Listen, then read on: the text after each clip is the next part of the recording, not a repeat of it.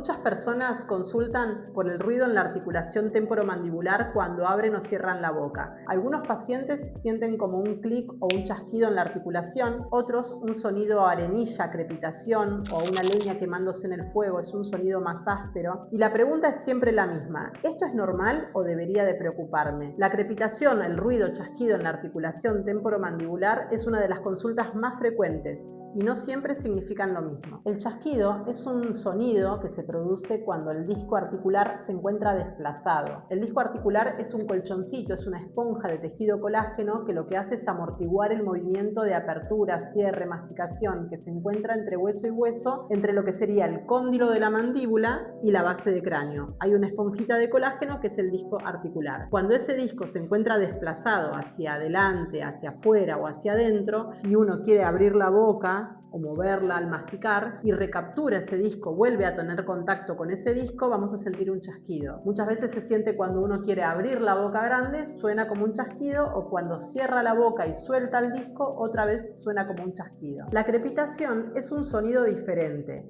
Es un sonido áspero, como de arenilla, como a leña quemándose, y es el sonido a la fricción de las estructuras óseas. Cuando ese disco articular, esa esponjita de colágeno que amortigua el movimiento y se encuentra entre hueso y hueso, desaparece o se encuentra luxado hacia adelante, hacia afuera o hacia adentro y ya no toma contacto en los movimientos, es decir, que no la recaptura el disco articular, van a empezar a rozar las estructuras óseas y esas estructuras óseas van a comenzar a friccionar y a desgastarse, y ese es el sonido arenilla, el desgaste de las estructuras óseas y el roce de hueso con hueso. Muchas personas sienten un chasquido articular durante muchísimos años cuando abren la boca, cierran la boca, mastican los alimentos y de repente un día sienten que ese ruido desapareció, que no está más y piensan que se curaron. Esto no es así, significa que el disco articular estaba luxado y se recapturaba, por eso sonaba, deja de recapturar, deja de volver a posicionarse en el lugar y el paciente cambia a tener una luxación discal sin reducción. Significa que cuando mueve la mandíbula no vuelve a tomar contacto con el cóndilo mandibular, no vuelve a posicionarse entre las estructuras óseas. Y con el tiempo, ese sonido, ese chasquido, cambia y se genera la crepitación, que es el roce de los huesos entre sí. Para entender qué es lo que está pasando adentro de la articulación, no solamente basta con determinar, con escuchar el sonido, sino que hay que pedir estudios complementarios como una resonancia nuclear magnética, como una tomografía computada. En la evaluación clínica, cuando charlamos con el paciente y nos cuenta cómo es el ruido articular, nos da un pantallazo, nos da una pista de